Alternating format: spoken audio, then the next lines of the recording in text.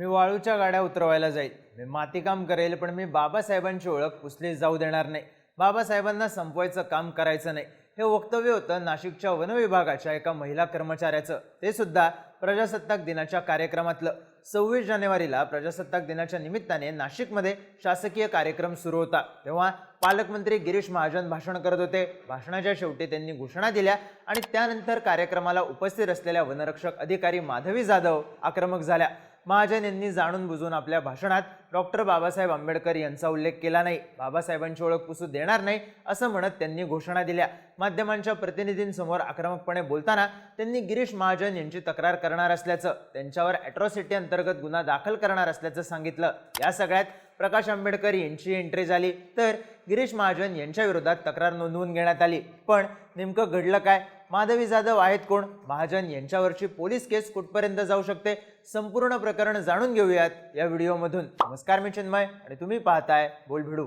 सगळ्यात आधी बघूयात घडलं काय. प्रजासत्ताक दिनानिमित्त नाशिकच्या पोलीस परेड मैदानावर सोहळा आयोजित करण्यात आला होता. ध्वजारोहणाचा कार्यक्रम पार पाडल्यानंतर पालकमंत्री गिरीश महाजन यांचं भाषण सुरू असताना गोंधळ उडाला. भाषण सुरू असताना गिरीश महाजन यांनी डॉक्टर बाबासाहेब आंबेडकर यांचं नाव का घेतलं नाही? संविधान निर्माण करणाऱ्या डॉक्टर बाबासाहेब आंबेडकरांचं नाव पुसू देणार नाही. मंत्र्यांनी अनेकांची नावं घेतली ज्यांचा संविधानाशी संबंधही नाही, पण डॉक्टर बाबासाहेब आंबेडकरांचं नाव घेणं त्यांनी टाळलं. ही त्यांनी मोठी चूक केली असं म्हणत वनरक्षक माधवी जाधव आक्रमक झाल्या. त्यांच्यासोबत वनरक्षक दर्शना सौपुरे या सुद्धा होत्या. या दोघींनी पालकमंत्री गिरीश महाजन यांच्यासमोरच घोषणा दिल्या. त्यामुळे पोलीस अधिकाऱ्यांनी मध्यस्थी करत या दोघींना बाजूला नेण्याचा प्रयत्न केला. पण यावेळी सुद्धा माधवी जाधव आक्रमक असल्याचं दिसून आलं. एका महिला पोलीस अधिकाऱ्याशी बोलताना त्या म्हणाल्या, बाबासाहेब संविधानाला कारणीभूत आहेत, त्यांना तुम्ही संपवायला निघालेत. पालकमंत्र्यांची फार मोठी चूक आहे मॅडम, मी याची माफी मागणार नाही, पण पालकमंत्र्यांनी त्यांची चूक पदरात घ्यावी. मॅडम, मला मीडियाशी घेणं देणं नाही. मला सस्पेंड केलं तर मी वाळूच्या गाड्या उपसेन, मी मातीकाम करेन, पण बाबासाहेबांची ओळख पुसू देणार नाही. मला सस्पेंड करायचं तर करू शकता. मॅडम, बाबासाहेबांना संपवायचं काम करायचं नाही. 26 जानेवारी 15 ऑगस्टमध्ये मी नाही मानत, पण लोकशाही. मॅडम, तुम्ही सुद्धा संविधानामुळे आहात. पालकमंत्री सुद्धा पालकमंत्री संविधानामुळे आहेत. कोणताही जातीभेद नाही, सगळी समानता त्यांनी दिली आहे. आमचं काम ॲक्युरेट होतं. आता तरी बाबासाहेबांचं नाव भाषणात येईल. जो संविधानाला कारणीभूत आहे, जो प्रजासत्ताक दिनाचा मानकरी आहे, त्यांचं नाव भाषणात का नाही असं म्हणतानाचा त्यांचा व्हिडिओ सुद्धा व्हायरल झाला. सोमवारी दुपारपासून या प्रकरणाची सगळ्या महाराष्ट्रात चर्चा व्हायला लागली. या प्रकरणाला राजकीय रंग सुद्धा मिळाला, तर दुसऱ्या बाजूला सामाजिक संघटना सुद्धा पुढे आल्या. कार्यक्रमस्थळी परिस्थिती नियंत्रणात आणण्यासाठी पोलिसांनी तात्काळ हस्तक्षेप करत माधवी जाधव आणि दर्शना सौपुरे या दोघींना ताब्यात घेऊन सरकारवाडा पोलीस ठाण्यात आणलं. पण त्यांना पोलीस ठाण्यात आणण्यात आल्याची बातमी पसरल्यानंतर या दोघींच्या समर्थनार्थ नागरिकांनी पोलीस ठाण्याबाहेर एकत्र येत मंत्री गिरीश महाजन यांच्या विरोधात घोषणाबाजी केली. यावेळी महाजन यांच्यावर गुन्हा दाखल करण्याची मागणीही करण्यात आली.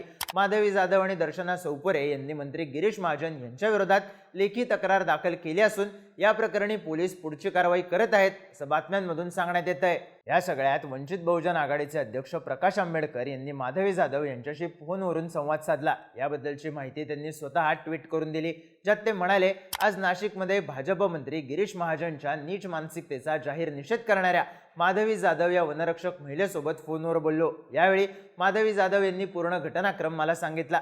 मंत्री गिरीश महाजन यांचं कृत्य अॅट्रॉसिटी कायद्याअंतर्गत येणारा गुन्हा आहे. या संदर्भात वंचित बहुजन आघाडी नाशिक पश्चिम कमिटीकडून पोलिसात तक्रार दाखल करण्याचे प्रयत्न सुरू आहेत. पोलिसांनी हा गुन्हा दाखल केला नाही तर मी स्वतः या संदर्भातील कायदेशीर ड्राफ्ट करून पोलिसांना गुन्हा नोंदवण्यास भाग पाडेल. RSS भाजपाकडून सातत्याने डॉक्टर बाबासाहेब आंबेडकर यांचा अवमान केला जातोय.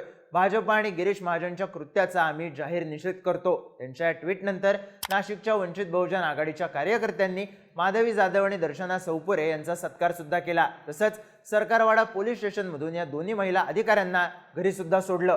पण हे सगळं घडत असताना मंत्री गिरीश महाजन यांच्यावर चौफेर टीका होत होती. त्यामुळे ते या प्रकरणात काय बोलणार याकडे सगळ्यांचंच लक्ष होतं.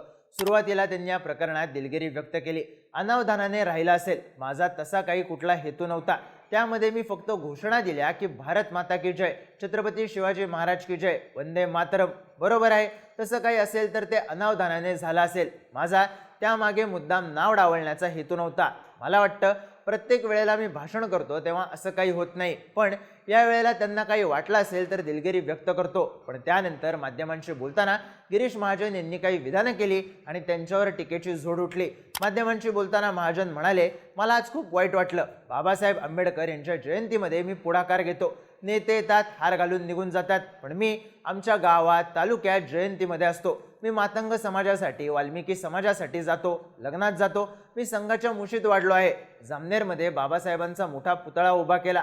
आता अनावधानाने राहिला असेल, पण एवढं कशासाठी हे मला काही समजत नाही. मी दिलगिरी व्यक्त केली. मी बाबासाहेबांचे विचार जपणार आहे. ॲट्रॉसिटी दाखल करा म्हणताय, पण कशासाठी?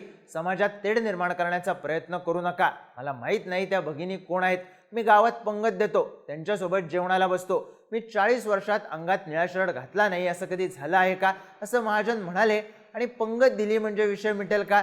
निळा शर्ट घातला म्हणून काय झालं, असं म्हणत त्यांच्यावर पुन्हा टीका करण्यात आली. या सगळ्यात महत्त्वाचे 2 प्रश्न म्हणजे गिरीश महाजन यांनी डॉक्टर बाबासाहेब आंबेडकर यांचं नाव घेतलं नाही म्हणून आक्रमक झालेल्या आणि नोकरी केली, सस्पेंड केलं तरी मागे हटणार नाही असं म्हणणाऱ्या माधवी जाधव आहेत कोण?